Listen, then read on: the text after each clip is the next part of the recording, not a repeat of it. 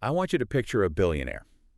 Just, for a second. And be honest about the image that pops into your head. Yeah. You're probably seeing, what, a tech CEO? Maybe an oil tycoon? Right, someone in a suit or a hoodie. Exactly. Now, just erase that image. Yeah. And I want you to picture a YouTube creator. And not just any creator, but a creator from Africa becoming the continent's first billionaire from the platform. It sounds like total hyperbole. It sounds like one of those clickbait thumbnails you see at 2 in. It feels impossible, right?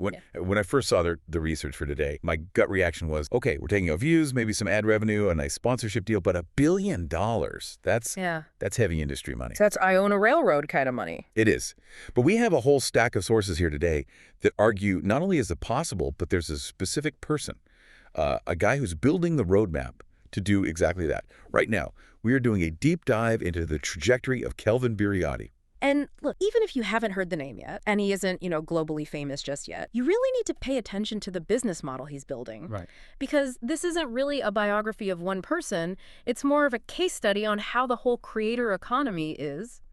Well, it's mutating into something much, much bigger. So we're seeing this shift from just making videos for likes to actually building a media conglomerate. That's the one. And the sources we have are pretty fascinating. We've got research into his background, his growth, and some really bold comparisons to global giants.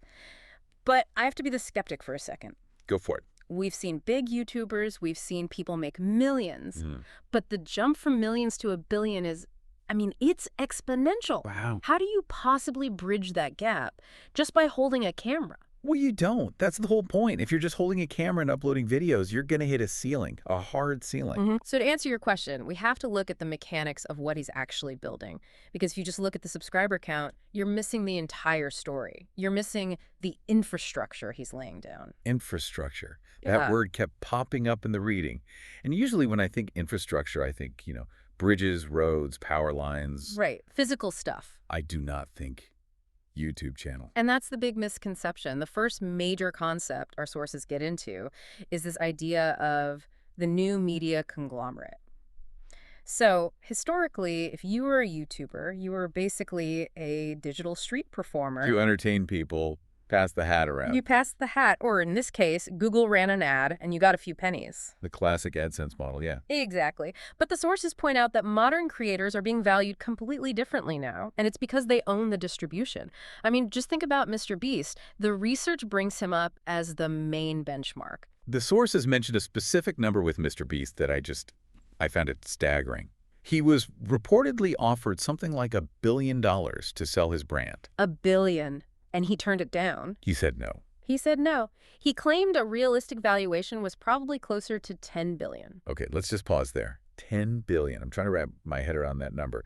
$10 billion implies he's bigger than some major cable networks. Oh, absolutely. Bigger than legacy media companies that have been around for 50 years. How do they even justify that math? It's all about the cost of customer acquisition. A cable network has to spend a fortune to get you to watch a show, right? MrBeast just tweets, and 100 million people show up. Right. But here is the critical distinction, and this is where we have to contrast MrBeast with Kelvin Birioti.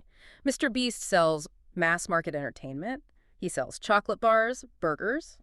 Basically, vast reach to a young audience. So he's essentially in the FMCG, game fast-moving consumer goods. Correct. But Birioti, the sources actually compare him closer to Patrick Bet-David of Valuetainment. And Patrick Bet-David estimates his own ecosystem, podcasts, insurance, consulting is worth $5 to $6 billion. And why? Because he's not selling chocolate bars. He's selling business education, insurance, high-ticket access.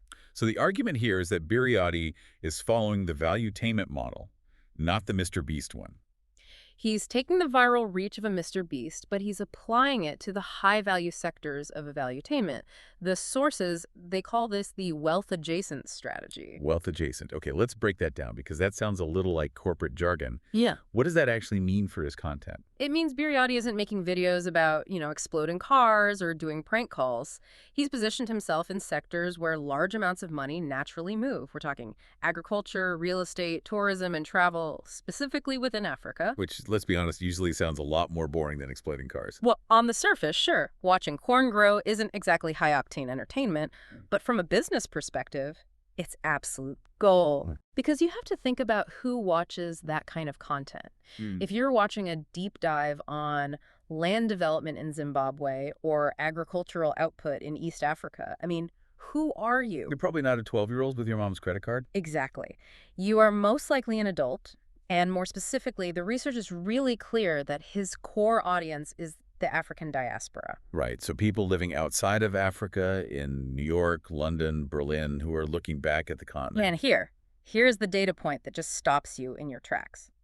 This group, the diaspora, collectively sends over $100 billion a year back to Africa in remittances. 100 billion, with a B. Every single year. That's the entire GDP of a decent-sized country. It's a staggering amount of capital moving across borders. But here's the friction point, and this is why Birioti's model is so brilliant. If you're that person in London and you want to send money home to build a house or maybe start a farm, what is your single biggest problem? Trust. Yeah, I've heard the horror stories. You send money to a cousin to buy bricks, and all of a sudden the cousin has a new car and you have 0 bricks. Precisely. There is a massive information asymmetry. You have the capital, but you don't have eyes on the ground. You lack a trusted window into what's actually happening. And this is where Kelvin Birioti stops being just a YouTuber and starts becoming, well, infrastructure. So he's the one who solves the trust gap. Let's just play this out. Imagine a user journey. You're that doctor in London. You want to invest $50,000 in a piece of land. You're terrified of getting scammed. You go to YouTube. You find Kelvin Birioti. He isn't just showing you the land. He is vetting the legal papers on camera. He's interviewing the surveyor. He's showing you the soil quality.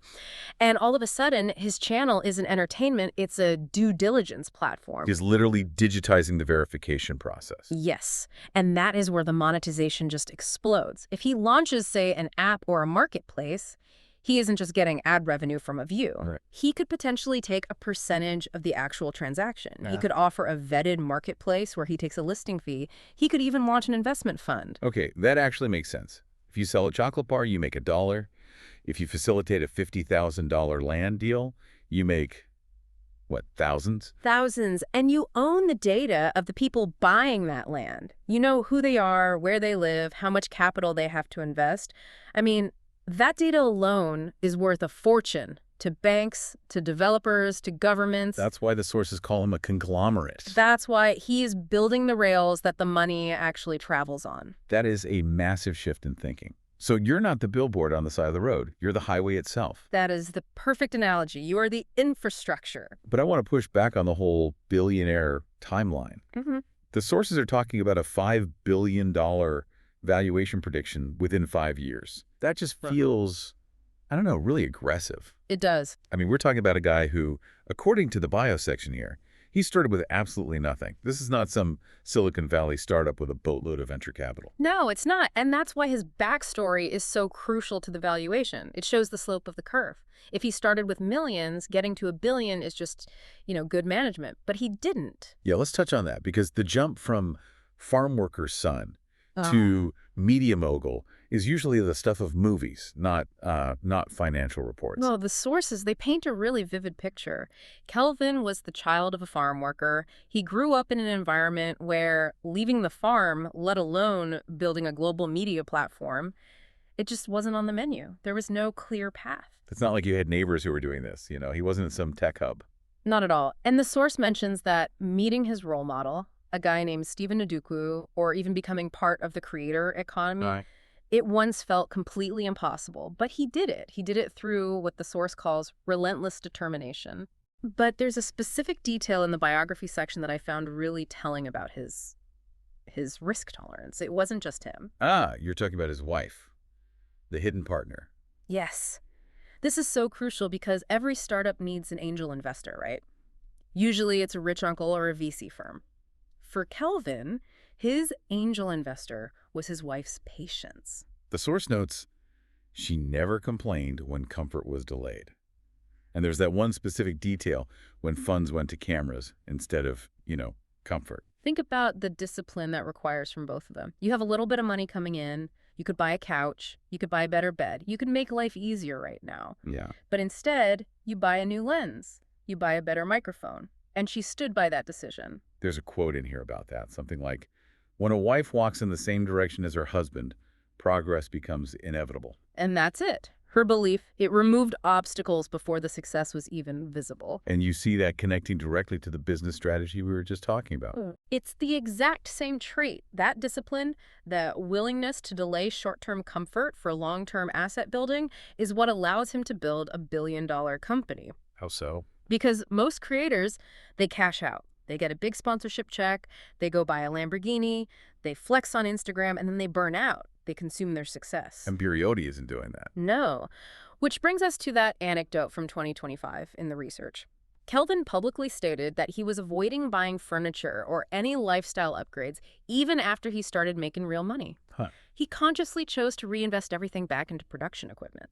He is compounding his success, not consuming it. Compounding success. It's like the Amazon model, isn't it?